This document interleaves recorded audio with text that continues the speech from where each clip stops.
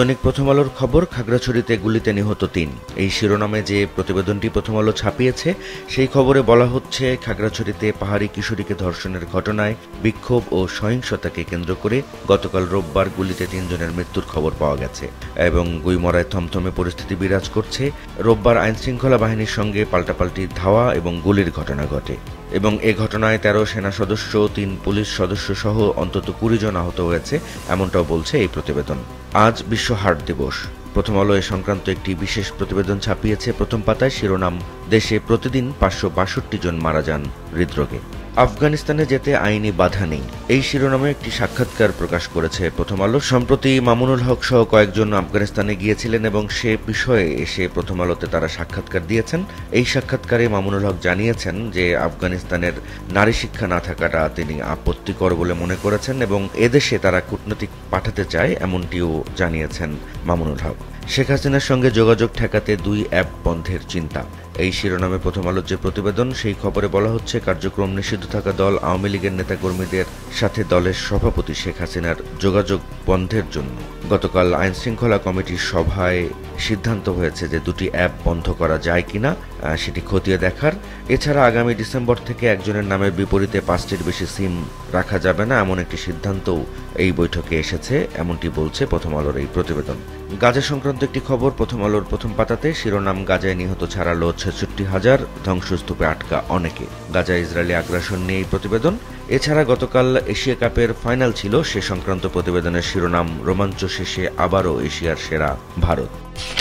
দৈনিক সমকালের শিরোনাম, খাগড়াছড়িতে ৩ জন নিহত। এই খবরে বলা হচ্ছে ১৪৪ ধারার মধ্যে বিক্ষোভ, হামলা, গুলি এবং অগ্নিসংযোগের ঘটনা ঘটে। এটি খাগড়াছড়ির গুইমারা উপজেলার পরিস্থিতি এবং গতকালকের বিক্ষোভ, হামলা, অগ্নিসংযোগের ঘটনায় ৩ জন নিহত হয়েছে এবং সেনাবাহিনীর ১ মেজর সহ ১৩ সেনা সদস্য আহত হয়েছে, ৩ পুলিশ সদস্য আহত হয়েছে এবং স্থানীয় অনেকে আহত, এমনটিও বলছে সমকালের এই প্রতিবেদন। এই সব হতাহতের ঘটনায় স্বরাষ্ট্র মন্ত্রণালয় দুঃখ প্রকাশ করেছে এবং আপাতত খাগড়াছড়ির ওই ২ উপজেলার সাথে সড়ক যোগাযোগ বিচ্ছিন্ন আছে, জনজীবন ব্যাহত হচ্ছে, এমনটাও বলছে সমকালের এই প্রতিবেদন। সমকালের অন্য আরেকটি খবর, ইসির পর্যবেক্ষক সংস্থার ঠিকানায় মিলল জঙ্গল, দোকান, বাড়ি। এই খবরে বলা হচ্ছে, গত শনিবার দেশের ৭৩টি বেসরকারি সংস্থাকে পর্যবেক্ষক সংস্থা হিসেবে প্রাথমিকভাবে নিবন্ধনযোগ্য বলে চিহ্নিত করেছে ইসি এবং সমকাল এর মধ্য থেকে ১৩টিতে সরেজমিন গিয়ে ৩টি সংস্থার অস্তিত্ব পায়নি, এমনটি বলছে এই প্রতিবেদন। এই প্রতিবেদনের সঙ্গে ৩টি ছবিও ছাপিয়েছে সমকাল। দেখা যাচ্ছে যে একটির যে ঠিকানা সেখানে পরিত্যক্ত একটি ভবন, অন্যটির ঠিকানা একটি বসতবাড়ি এবং যেখানে কার্যালয়ের কোনো সাংগঠনিক কাঠামো দেখা যায়নি এবং আরেকটি সংস্থার ঠিকানায় গিয়ে সমকাল আতপাকা একটি ঘর দেখতে পেয়েছে, সে ছবিটিও ছাপানো হয়েছে তৃতীয় ছবি হিসেবে। ৭১-এর ভুল স্বীকারে দ্বিধা, তবে লক্ষ্য কল্যাণ রাষ্ট্র, জামাত ইসলামীকে নিয়ে একটি প্রতিবেদন। এই প্রতিবেদনে বলা হচ্ছে যে জামাত ইসলামী শরিয়া শাসন কায়েমের লক্ষ্য থেকে সরে এসেছে এবং দলটি বলছে তাদের লক্ষ্য ইসলামিক কল্যাণ রাষ্ট্র প্রতিষ্ঠা। এই প্রতিবেদনে বলা হচ্ছে, মুক্তিযুদ্ধের বিরোধিতা করা জামাত ইসলাম ৭১ প্রশ্নে গত এক যুগে নিজেদের অবস্থান পরিবর্তন করেছে, তবে ক্ষমা চাইতে দলটির অভ্যন্তরে রয়েছে দ্বিধা।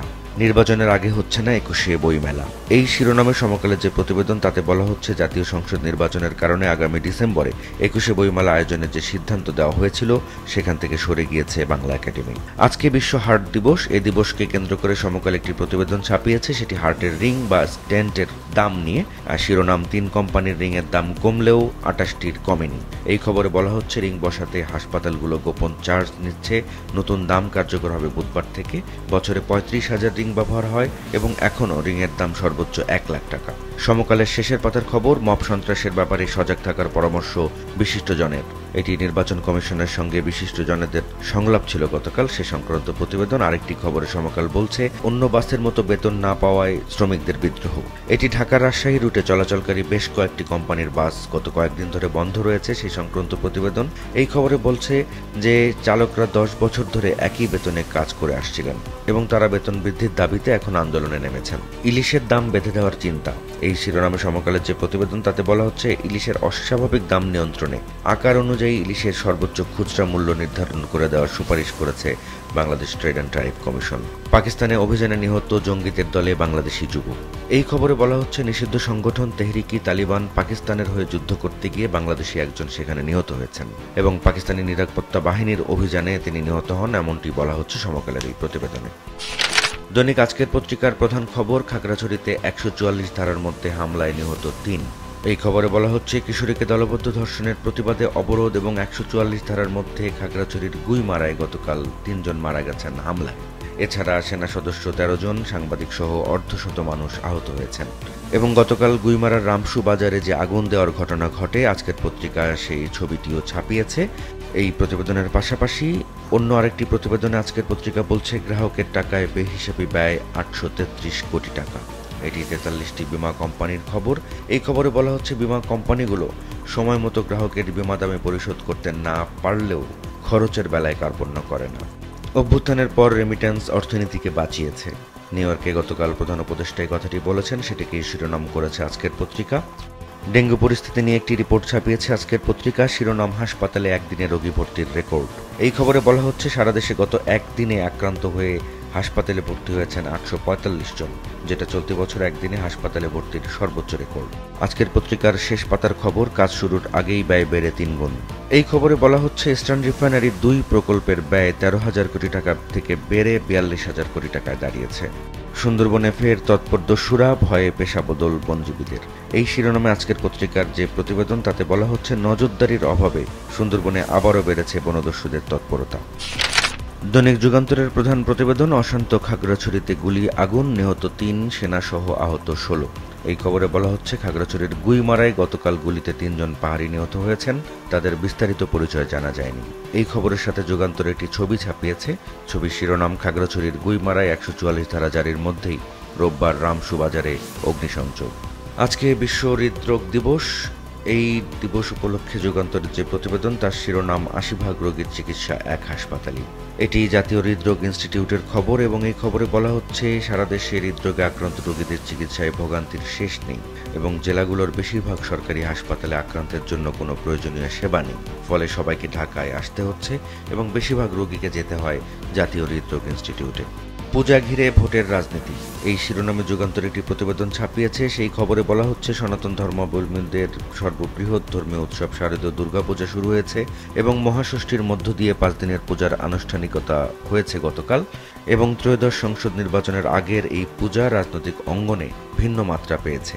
মন্দিরে, মণ্ডপে বিভিন্ন রাজনৈতিক দলের নেতারা যাচ্ছেন, এমনটি বলছে যুগান্তরের এই প্রতিবেদন। দৈনিক কালের কণ্ঠের প্রধান প্রতিবেদন, স্কুলের যোগ্যতাই নেই, তবু ২০ বিশ্ববিদ্যালয়।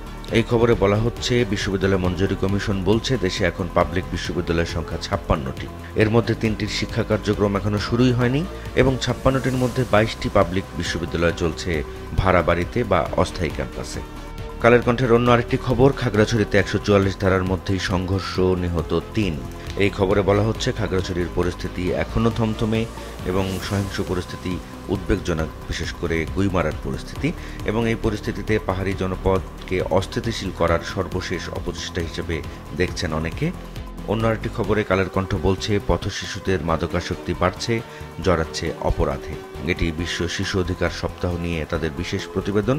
এই খবরে বলা হচ্ছে, সরকারি বেসরকারি নানা উদ্যোগ সত্ত্বেও সারা দেশে পথশিশুর সংখ্যা কমছে না।